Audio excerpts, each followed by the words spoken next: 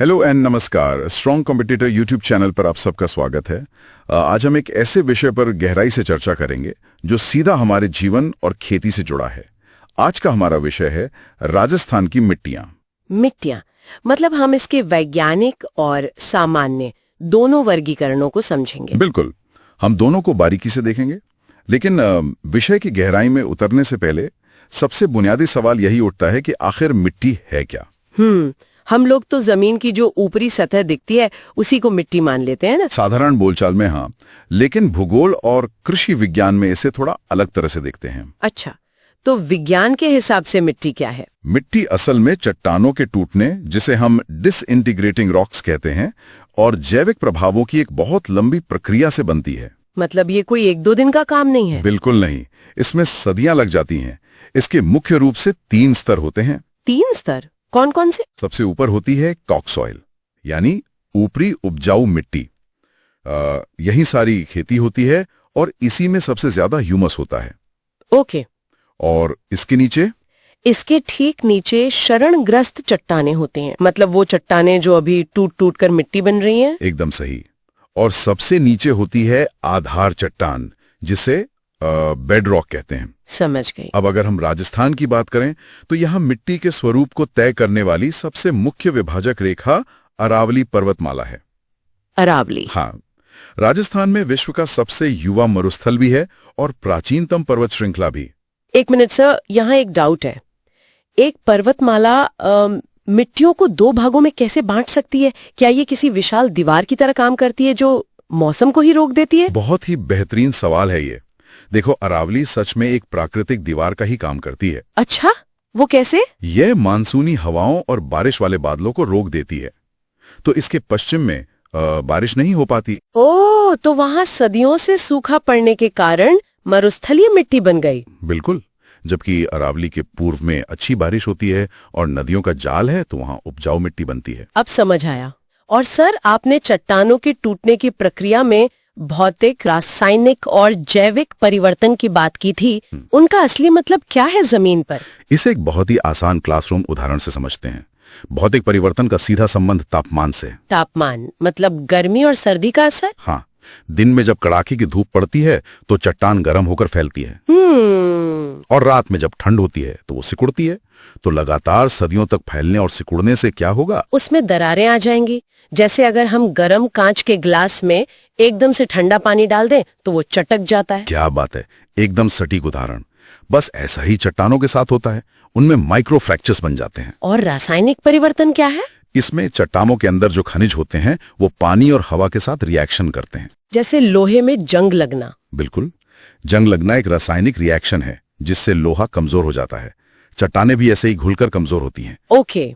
और जैविक परिवर्तन? इसमें पेड़ पौधों की जड़ें चट्टानों की दरारों में घुस जाती हैं, किसी हथौड़े या पच्चर की तरह, और उन्हें तोड़ देती हैं। मतलब ये सब मिलकर एक कठोर पत्थर को पीसकर पाउडर बना देते हैं, जिसे हम मिट्टी कहते हैं। सही पकड़ा। और जब ये मिट्टी बन जाती है तो इसे अलग अलग क्षेत्रों के हिसाब से बांटा जाता है। तो राजस्थान में मिट्टी को कितने तरीकों से बांटा गया है? इसके 3 मुख्य तरीके हैं। पहला है सामान्य वर्गीकरण, जिसमें 8 प्रकार की मिट्टियां हैं। दूसरा कृषि विभाग के अनुसार है, जिसमें 14 प्रकार हैं।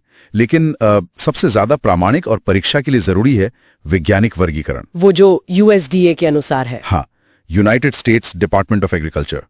इसके अनुसार मिट्टी को 5 प्रकारों में बांटा गया है। वो 5 प्रकार कौन से हैं? इरिडिसोल, एंटीसोल, एल्फीसोल, इंसेप्टिसोल और वर्टिसोल। ओके। तो शुरुआत करते हैं मरुस्थलीय या रेतीली मिट्टी से। ये पश्चिमी राजस्थान के सबसे बड़े भूभाग पर है। सबसे बड़े मतलब कितना प्रतिशत? लगभग 61% हिस्से पर यही मिट्टी फैली है। वैज्ञानिक भाषा में इसे एरोडिसोल और एंटीसोल कहते हैं। एरिडिसोल का कोई खास मतलब है क्या? एरिड का मतलब ही सूखा या शुष्क होता है, और एंटीसोल मतलब जो हाल ही में बनी हो, जैसे हवा से उड़कर आने वाले रेत के धुरे। अच्छा। इस मिट्टी की सबसे बड़ी कमी यह है कि इसमें नमी धारण क्षमता, वाटर होल्डिंग कैपेसिटी, बिल्कुल ना के बराबर होती है। मतलब अगर रेत के कण मोटे हैं तो बारिश का पानी तो उनके बीच से छलनी की तरह तुरंत नीचे चला जाता होगा। बिल्कुल सही कहा, पानी सतह पर रुकता ही नहीं है। इसमें कैल्शियम बहुत ज्यादा होता है, लेकिन नाइट्रोजन और जैविक पदार्थों का सख्त अभाव होता है। सर, एक बात कंफर्म करनी थी। हाँ, पूछो। क्या नाइट्रोजन की कमी और कैल्शियम की अधिकता के कारण ही यहाँ सिर्फ ग्वार और बाजरा जैसी फसलें ही उग पाती हैं? तुमने भूगोल और कृषि का बहुत अच्छा कनेक्शन जोड़ा है। देखो, नमी नहीं रुकेगी तो क्या होगा? वनस्पति और घास कम उगेंगे। हाँ, और जब पेड़ पौधे नहीं होंगे तो पत्ते गिरेंगे नहीं और सड़ेंगे नहीं। अच्छा, तो पत्तों के बिना ह्यूमस नहीं बनेगा और ह्यूमस नहीं होगा तो नाइट्रोजन आ ही नहीं सकता। एग्जैक्टली। और दूसरी बात, यहाँ बारिश कम होती है तो उससे कैल्शियम पे क्या असर पड़ता है? बारिश कम होने से जमीन का कैल्शियम धुलकर गहराई में नहीं जा पाता, वो ऊपर सतह पर ही जमा रह जाता है। ओ, इसीलिए कैल्शियम ज्यादा होता है। हाँ, और ऐसी सूखी और कठोर स्थिति में वही फसल उग सकती है जिसकी जड़ें पानी की तलाश में बहुत गहरी जा सकें। जैसे बाजरा, मोठ और ग्वार। बिल्कुल, ये कम पानी और कम पोषण वाली स्थिति में भी सर्वाइव कर लेते हैं। तो परीक्षा के लिए सीधा नियम याद रखना, एरिडोसॉल का सीधा संबंध बाजरा से है। समझ आ गया? नेचर ने मिट्टी की बनावट के हिसाब से फसल खुद ही चुन ली है। एकदम सही विश्लेषण। चलो, अब पश्चिमी राजस्थान के सूखे से निकलकर अरावली पार करते हैं। तो अब हम दक्षिणी राजस्थान की तरफ जा रहे हैं, उदयपुर और बांसवाड़ा। हाँ, यहाँ मिट्टी का रंग और बनावट पूरी तरह बदल जाते हैं। यहाँ हमें मिलती है लाल दोमट मिट्टी, जिसे वैज्ञानिक भाषा में इंसेप्टिसोल कहते हैं। बिल्कुल। इंसेप्शन का मतलब होता है शुरुआत। ये वो मिट्टी है जो अभी बनने के शुरुआती चरण में है। लेकिन सर, इस मिट्टी का रंग लाल क्यों होता है? ये मिट्टी मुख्य रूप से ग्रेनाइट, शिस्ट और नीच चट्टानों के टूटने से बनती है, और इनमें लौह ऑक्साइड, आयरन ऑक्साइड की भारी मात्रा होती है। आयरन ऑक्साइड मतलब जैसे लोहे में जंग लग जाती है तो वो लाल हो जाता है। बिल्कुल वही मैकेनिज्म है। मौसम की मार से चट्टानों के अंदर का लोहा ऑक्सीडाइज हो जाता है, जिससे पूरी मिट्टी लाल हो जाती है। वाह! और इसके कण कैसे होते हैं? रेतीली मिट्टी के एकदम उलट, इसके कण बहुत बारीक होते हैं। तो बारीक कणों की वजह से ये पाली को ज्यादा देर तक रोक पाती होगी। हाँ, इसकी जल धारण क्षमता अच्छी होती है और ये मक्का के उत्पादन के लिए राज्य में सर्वश्रेष्ठ मानी जाती है। ओके, तो लाल मिट्टी और मक्का का जोड़ा बन गया। हाँ, अब इससे भी ज्यादा हैरत अंगेज मिट्टी की तरफ चलते हैं, हाड़ौती पठार की काली मिट्टी, जिसे रेगूर या वर्टिसॉल कहते हैं। बिल्कुल। वर्ट का मतलब होता है पलटना। ये मिट्टी कोटा, बूंदी, बारां और झालावाड़ में मिलती है। इसका निर्माण कैसे हुआ है? इसका निर्माण ज्वालामुखी से निकले लावा यानी बसाल्ट चट्टानों के टूटने से हुआ है। लावा से? ये तो बहुत रोचक है। हाँ, इसकी नमी धारण क्षमता बहुत अधिक होती है, लेकिन इसका सबसे चमत्कारी गुण पता ही क्या है? क्या? गर्मी में सूखने पर इसमें गहरी दरारें पड़ जाती हैं। इसे स्वजुताई या सेल्फ प्लाउइंग कहा जाता है। स्वजुताई?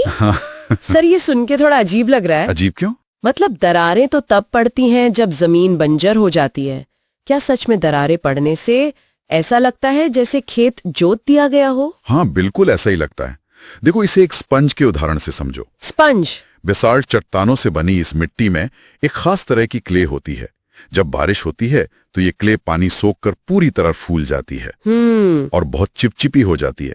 लेकिन जब गर्मी आती है और पानी भाप बनकर उड़ता है तो वो तेजी से सिकुड़ती होगी। बिल्कुल। और जब इतनी बड़ी जमीन से कुड़ती है तो उसमें बहुत टेंशन पैदा होता है, जिससे मिट्टी फटने लगती है और बड़ी बड़ी दरारें बन जाती हैं। पर इससे खेत का फायदा कैसे होता है? किसान हल क्यों चलाता है? ताकि मिट्टी पलट जाए और नीचे तक ताजी हवा जा सके। एग्जैक्टली।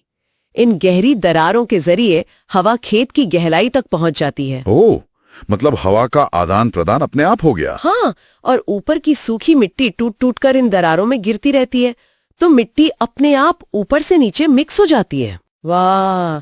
तो प्रकृति ने अपना हल खुद ही चला लिया, इसीलिए इसे सेल्फ प्लॉइंग कहते हैं। बिल्कुल।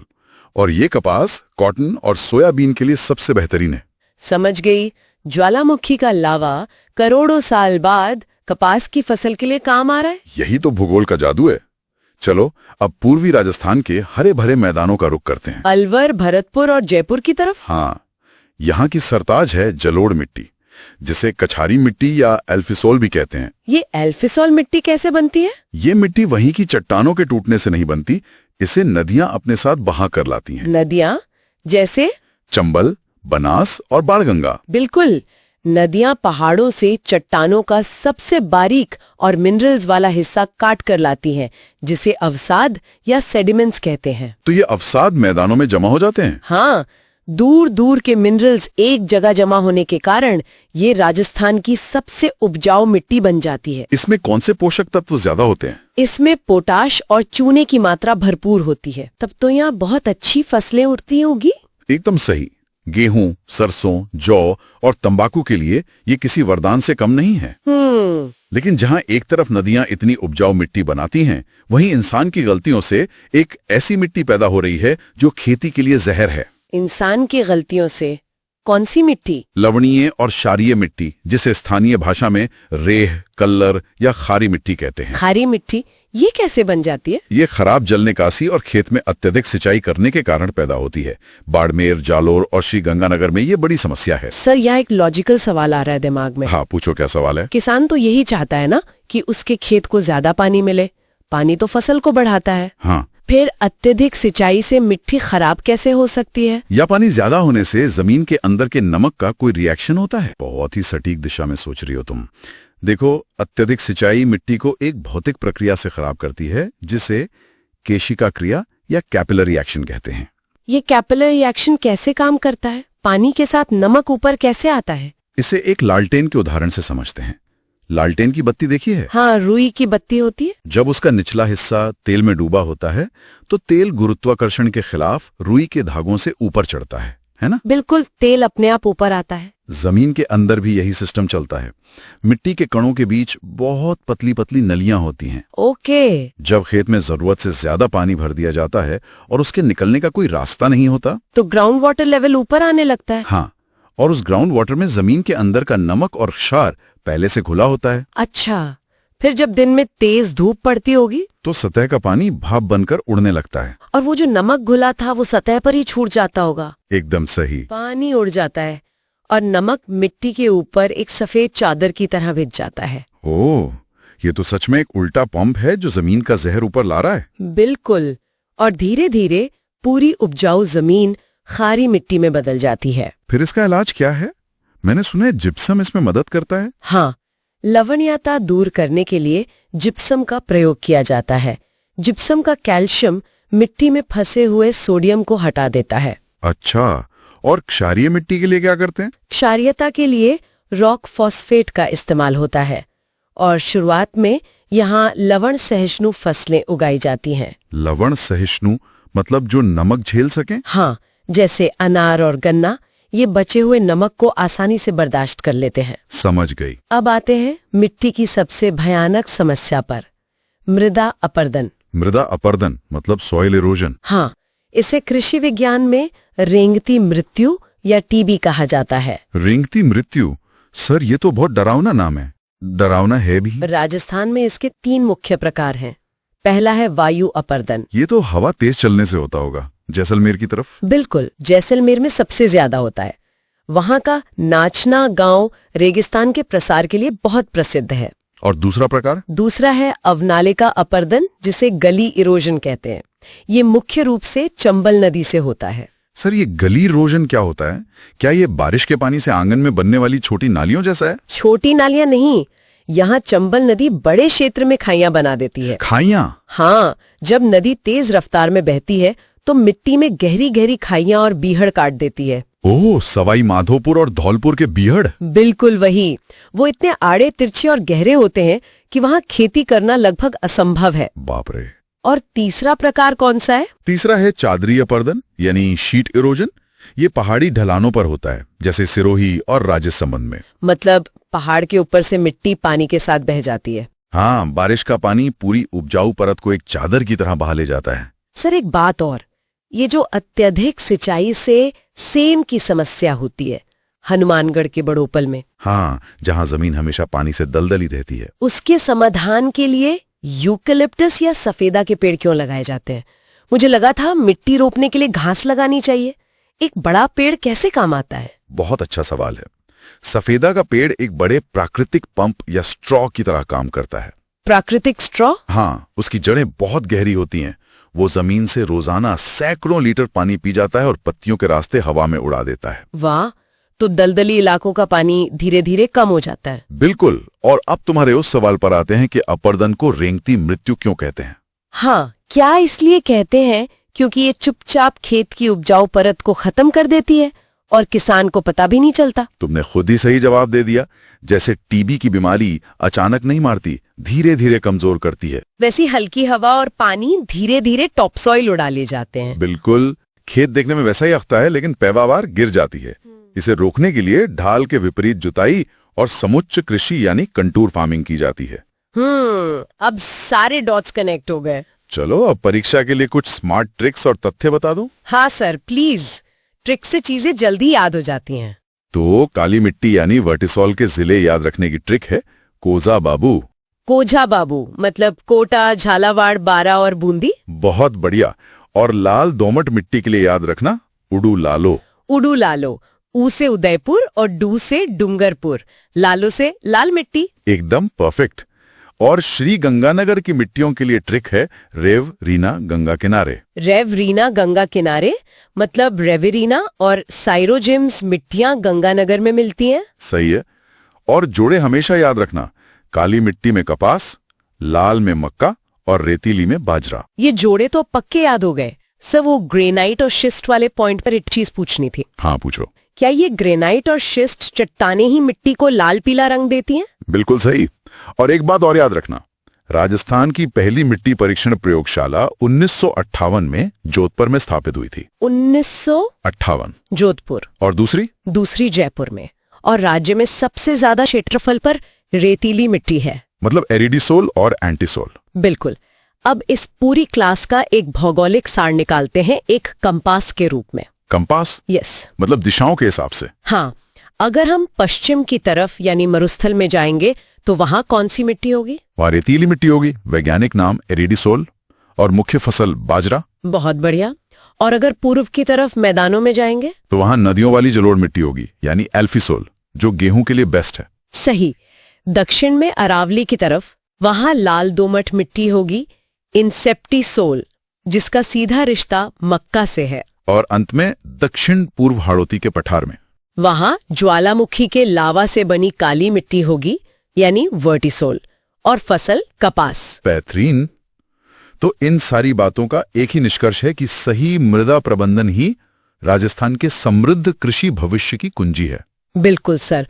अगर हम क्षारीयता और अपर्दन को रोक लें तो मिट्टी बची रहेगी। एकदम सही। और आज की क्लास खत्म करने से पहले एक विचार जरूर कीजिएगा। कैसा विचार सर? जरा सोचिए, करोड़ों साल पहले किसी ज्वालामुखी का फटना या सदियों से नदियों का पहाड़ काटकर बहना, ये लाखों साल पुरानी भौगोलिक घटनाएं आज ये तय कर रही हैं कि हमारी थाली में मक्की की रोटी आएगी या बाजरे की। सच में सर, भूगोल और हमारे भोजन का ये रिश्ता वाकई किसी चमत्कार से कम नहीं है। बिल्कुल। तो चलिए इसी विचार के साथ आज का लेक्चर यहीं समाप्त करते हैं। जुड़ने के लिए बहुत बहुत धन्यवाद।